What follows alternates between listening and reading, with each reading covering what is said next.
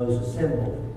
Thus we come to witness the vows and pledges that Drew and Lizzie are to make to each other and to participate in the happiness of the occasion. In just a little while, sending them forth in their new estate of wedlock with our prayers and Christian greetings. You, Drew, and you, Lizzie, come now to be united in this institution of marriage, which incidentally is the first and the oldest institution in the world. It was ordained by God Himself. And in fact, the very first marriage was performed by Him. Thus it becomes you to realize the sacred bonds by which you are being united. Because you see, while man has fallen, marriage has not. And marriage is still that institution that God has chosen to honor, because it also is an institution second only to the church that has the ability to honor the Lord. In fact, the Apostle Paul, in writing to the church at Ephesus, compared Christ's love for the church to the man's love for his wife. And Jesus Christ is the bridegroom, and we, the church, are the bride. And that is the picture that we're always to keep in mind. Marriage was God's idea. The enemy, Satan, who we will not give any credit, but just acknowledge the fact that he has done everything he could down through the years to destroy it, to stomp it out, and to take away its significance. But I want to report to you that the plan is still a good plan, and there is no plan B, to the glory of God.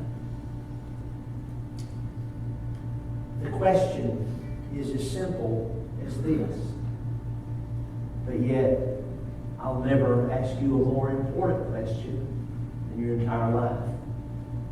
Drew, do you take Lizzie to be your wedded wife, to have and to hold from this day forward, for better, for worse, for richer, for poor, in sickness and in health, to love and to cherish till death us do part?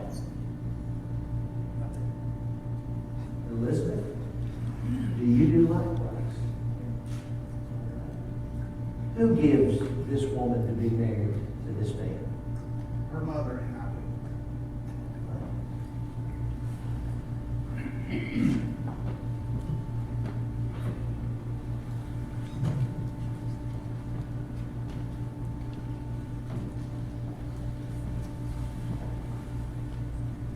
All right, Drew, I want you to just look into the beautiful eyes of your soon-to-be, just moments away from right now, brand new wife, and repeat these words after me. I, Drew, believe with all of my heart that God made you to be my wife. I acknowledge before these people and before God that He has called me to be your husband.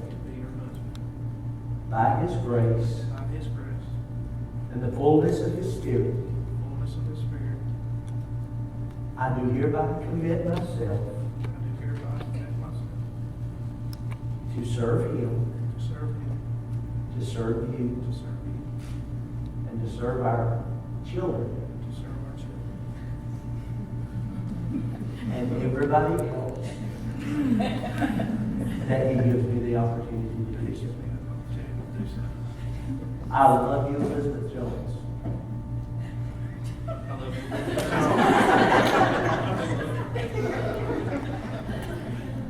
I didn't mean to mess you up. I do love you, Elizabeth Jones, with the love of Christ that He exemplified on Calvary. Amen.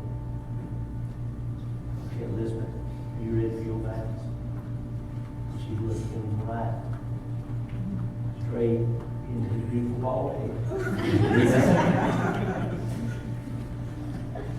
And repeat after me. I, Elizabeth Jones, believe with all of my heart that God allowed me to be born to be your wife. I know that I'm not perfect, nor shall I ever be, just like the rest of humanity. But I do know this: Jesus is my Lord, and He is perfect, and He is faithful, and He is merciful. And come what may,